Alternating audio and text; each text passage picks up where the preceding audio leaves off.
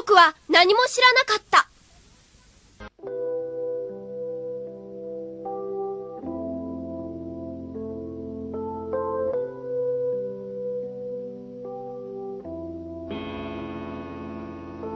fb.com/olamat.napambihira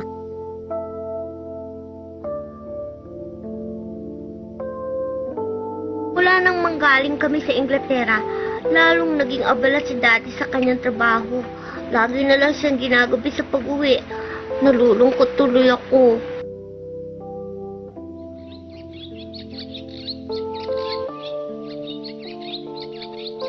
Diyos ko, salamat sa mga biyayang narito sa umagang ito. At nagpapasalamat kami sa aming kalusugan. Sana po pagalingin na po ninyo lolo ko. Lagi mo bang naiisip ang lolo mo, Sedi? Oo, mahal ko siya, kaya gusto ko gumaling na siya agad. Gagaling siya, anak. Dahil lagi mo siyang ipinagdadasal. Hindi ba? Daddy, alam mo, kagabi sa isang gabi, tulog na ako nang umuwi ka, di ba? Marami kasi akong trabaho, anak eh. Kawawa ka naman, Daddy. Kain na ako. Aalis na ako. Catherine, hindi ba sabi ko sa'yo, dalhin mo itong payong? Hindi naman uulan eh. Ba't pa ako magdadala? Anong hindi? Alam kong uulan. Ba't nyo alam? Laging umuulan kapag mababa ang lipad ng mga maya sa umaga. At kapag uulan, laging sumasakit ang ulo ko. Kaya sigurado ko na uulan. Huwag ka na makipagtalo pa sa akin. Ayan, dalhin mo itong payong. Mag-aaral ka mabuti, ha?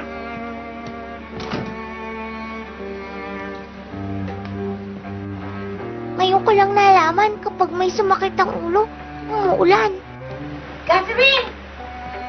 Ganda umaga. Hinihintay mo ba ako? Ba't ngayon ka lang? Uli ka na. Galit ka yata. Bakit, ha? Sakit ng ulo't ulan. Sakit ng ulo't ulan? Halika na, dalian mo. Mahuli na tayo. Ika, ano yung sukat? Huwag ka ng maraming tanong. Kung alam lang ni Papa kung gaano siya kamahal ni Sedi, alam kong matatanggap niya kayong dalawa.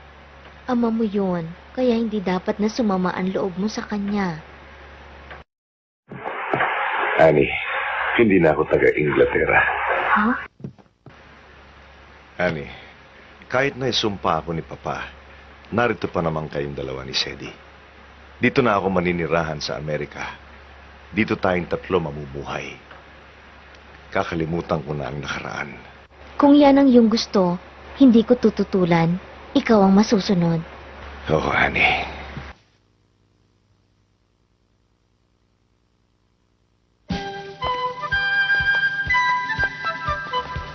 Nakagalitan si Roy ni Mama. Ang kulit kasi. Hindi ko nakita si Lolo, pero ang ganda ng London. Oo, totoo. Talaga? Sana ako rin makapunta rin doon. Buti ka pa, Sedi. Oo nga eh. Buti pa si Sedi, nakita na niya London. Nag-train ba kayo, Sedi? Ha? Train ba sinakyan niyo papuntang London? Ano ka ba, Bobo? Nasa Inglaterra, London. Kaya nga, sumakay ba kayo sa train? Train? Yun ba talaga sinasakyan, Sedi? Sa vapor, nasa kabilang dagat ng Inglaterra. Kabilang dagat? Wala ba sa Amerika ang England, ha? Ba't di ba alam? Ba't ikaw, alam mo ba? Bahala ka! Ba, talaga naman. Alam ko yun, ba? Ewan! Ano ba kasi nakakatawa, ha?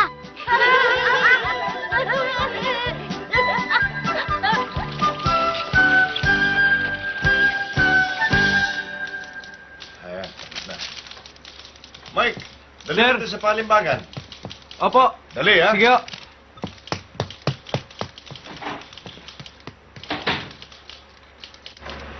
Kanina ka pa nagtatrabaho, James. Pagod ka na. Magpahinga ka naman. Sige. Salamat, Maureen. Alex, Tungkol sa inutang ko sa'yo, ibabalik ko na lang sa susunod na sweldo. Ikaw ang bahala, James, kahit kailan ang ibig mo. Pero Alex, Kahit kailan ang sabi ko, James, huwag mong gawin ang imposible. Yan ang tandaan mo. Huwag mong pilitin sa'yo.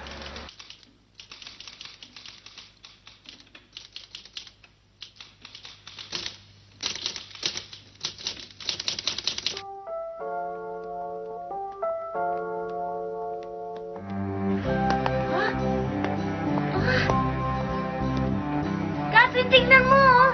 Ay, ang ganda. Ang ganda-ganda, no? Ang ganda-ganda naman.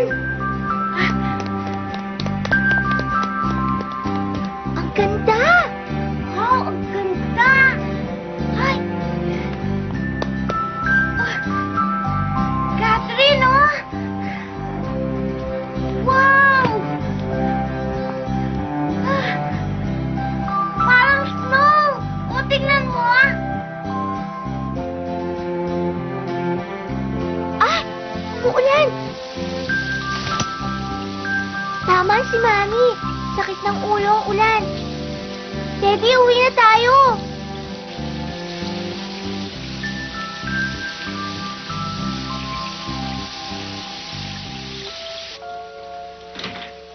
Teddy, salamat sa pagtao mo sa tindahan. Wala akong dumating na isang customer, Mr. Hobbs. Umuulan kasi kanya walang tao. Ano ba yung hawak mo? Ho? Eto, ho? Lilac ito, no? Ang bango, ah. Matagal maubos ang bango niyan. Talaga, ho? Bakit? Nagsinungaling na ba ako?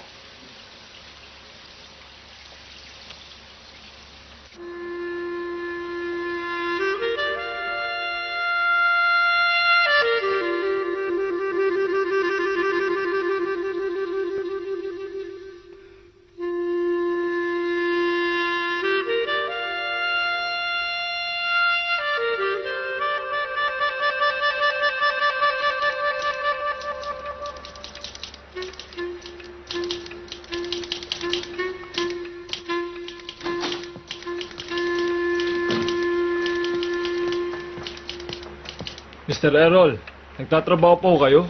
Abay, pasado alas 11 na. ay, kailangan ko kasing tapusin to eh. Talagang napakasipag nyo, Mr. Errol. Kailangan tapusin natin itong trabaho eh. Paano? Maunan ho ko sa inyo.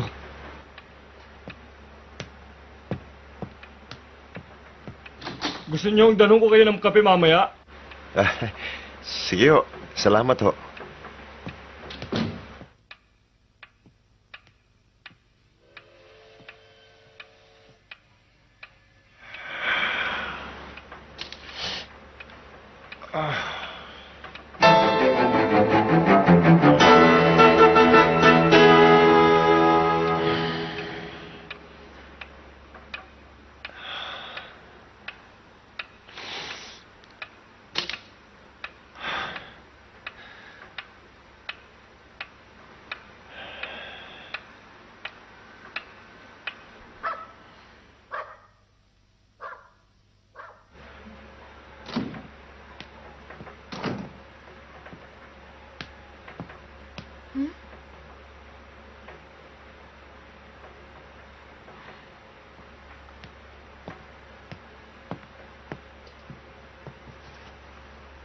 Pagod na pagod ka.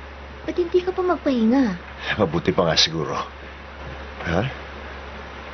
Ipinahuhulog ito ni Sedi para daw sa lolo niya. Kay Papa? Sabi ni Sedi para raw mapaaga ang pagaling ng lolo niya. Ang bait naman talaga ni Sedi, no? Pero basahin mo daw muna. Tignan mo kung tama. Ano ito?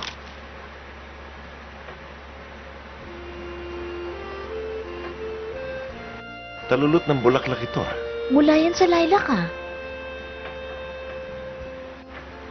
Lolo, kumusta na po kayo? Maraming namumulaklak na lilac sakaling papunta sa aming eskwelahan. Parang snow yung mga lilac. Ang ganda-ganda nila, saka ang bango-bango. Sabi ni Mr. Hobbs, matagal daw bago mawala ang bango ng mga lilacs. Kaya pinadalang kita nito, Lolo. Lolo, sana po magpagaling na kayo agad. Araw-araw ko nagdadasal na gumaling na kayo. Mahal ko po kayo. Sadie.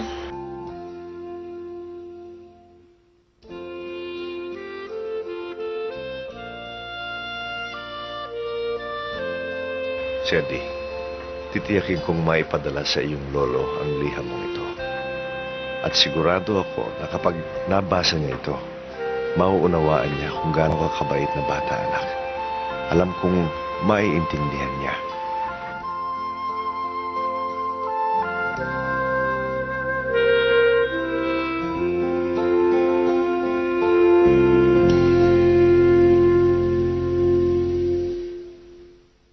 HD encode by Carlolo 16.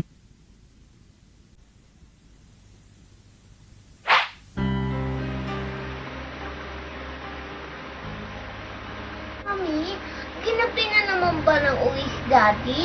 Oo eh. Siguro mga 2:00 nang makatulog siya.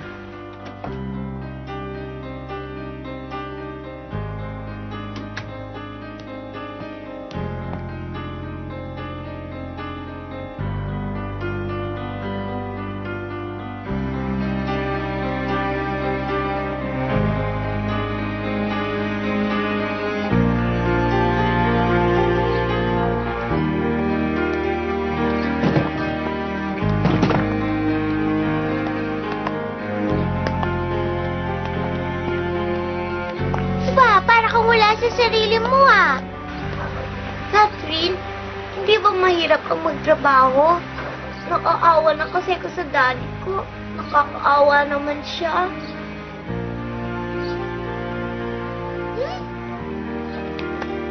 Kapag ganyan ka ng ganyan, mahuhuli tayo. Catherine, teka sandali. Tama niyang dad. Huli ka na.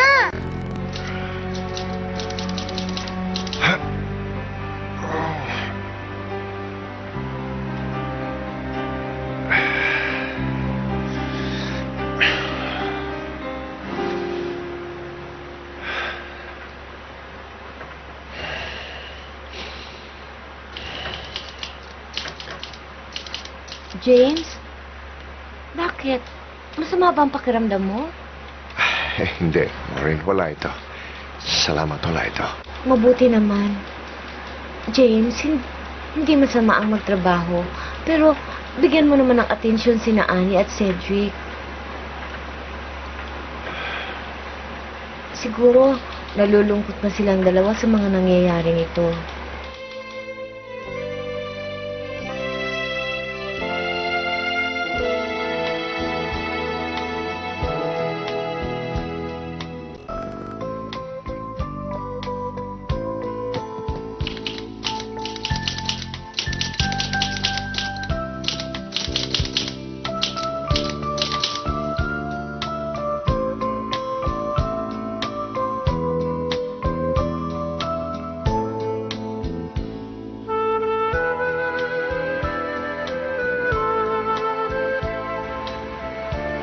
Bakit, Sadie? Bakit wala ka halos kinain ata? Gagabi na naman ba ng uwi si Daddy ngayon? Oo, baka gabihin ulit yun. Hindi na kami nakakapagkwentuhan. Lagi siyang pagod. Nag-aalala na tuloy ako. Sadie, marami lang trabaho ang daddy mo. Kaya huwag ka masyado mag-aalala sa kanya. Kumain ka lang ng kumain.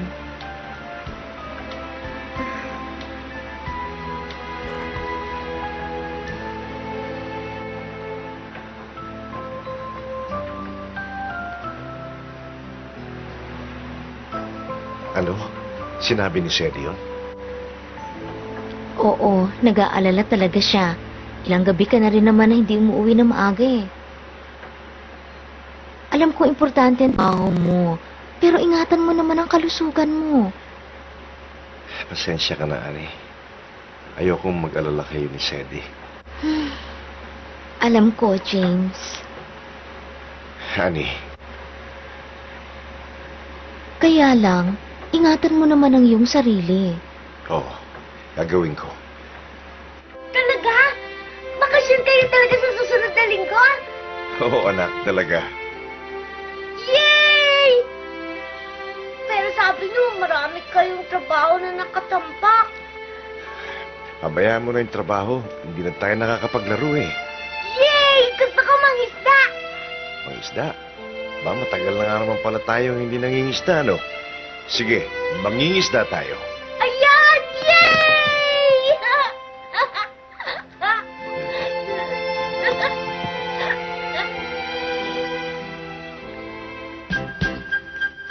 Sige! Tayo na! Yay! Sige, galingan natin! Strike three! Out ang batter! Out na siya! Ang galing ng agad mo, Daddy! Ganun lang ng ganun, ha? Bakit ang bilis-bilis mo? Kakainis mo. Bilis-bilis ng kamay mo, Zeddy. Galing mo mag-pitcher. Saan ka natuto mag-agis ng ganun kabilis? Ganyan talaga si Zeddy. Mas magaling sa inyo. Kaya huwag kayong tatanga-tanga. Di ba? Di ba, Zeddy? Maganda lang ang pakiramdam ko. May nangyari kasing mabuti.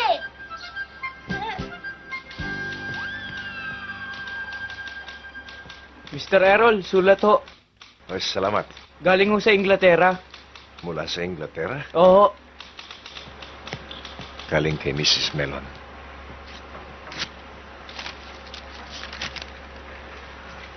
Dear James, natanggap namin ang sulat mula sa iyong anak na si Cedric. Gaya ng iyong sabi, ako mismo ang nagbigay noon sa konde. Pero ewan ko kung binasa niya. Hindi ko lang alam. Nagkasakit kasi ang iyong papa matapos ninyong umalis dito. Alam mo na naman ang kanyang ugali. Nagalit siya sa iyo dahil binigo mo siya. Kalimutan mo na ang nakaraan at bumalik ka na. Gagawin ko ang lahat para matanggap niya si Annie at Cedric. Matanda na ang iyong ama. Sana'y isipin mo ito. Nakikiusap ako, James. Leslie Melon.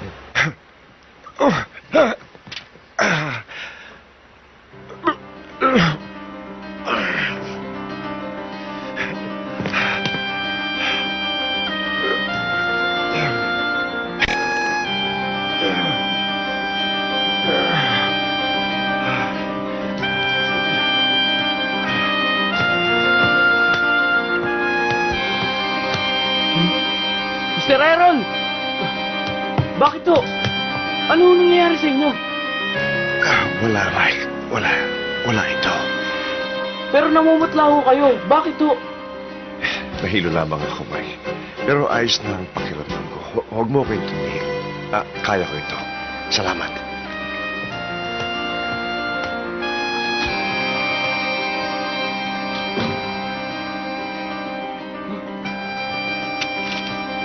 Mr. Errol, sulat ho ninyo!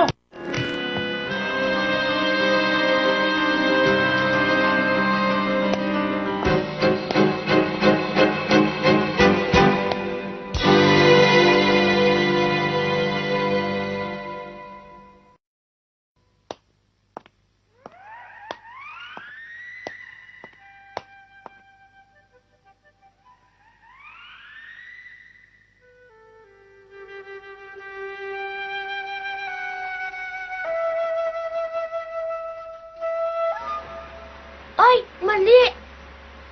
Bakit ba lagi ka nagkakamali? Ano ba nangyayari sa'yo? Ewan ko, Mami. Dati naman, hindi. Bakit kaya?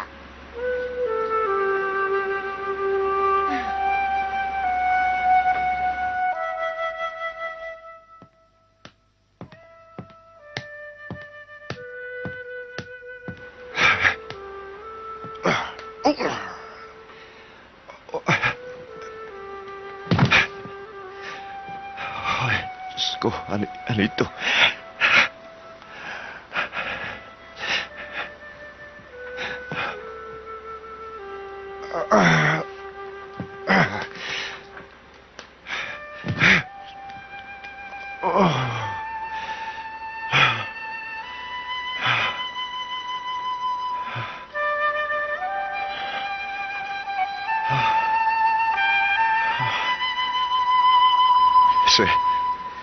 Sadie, Annie.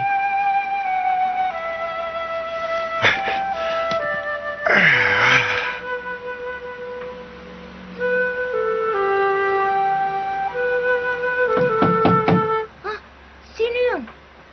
Baka si Daddy!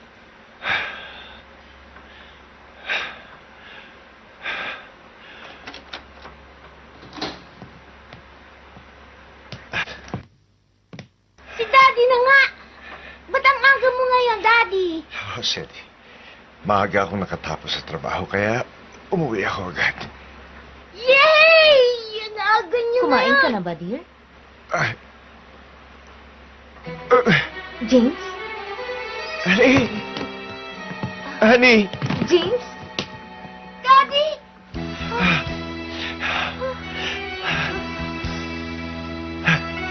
James? Napapalo ka? Daddy! Daddy, bakit, Daddy?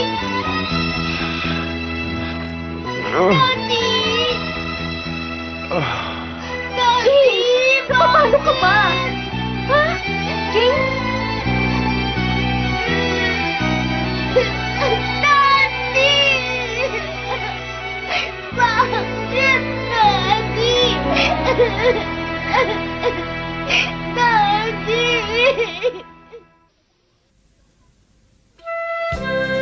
父さん、お願いだから目を開けて。僕のフルートを聞いてよ。僕、こんなの嫌だ。次回、紹興酒セディ。死なないで、父さん。きっと見てね。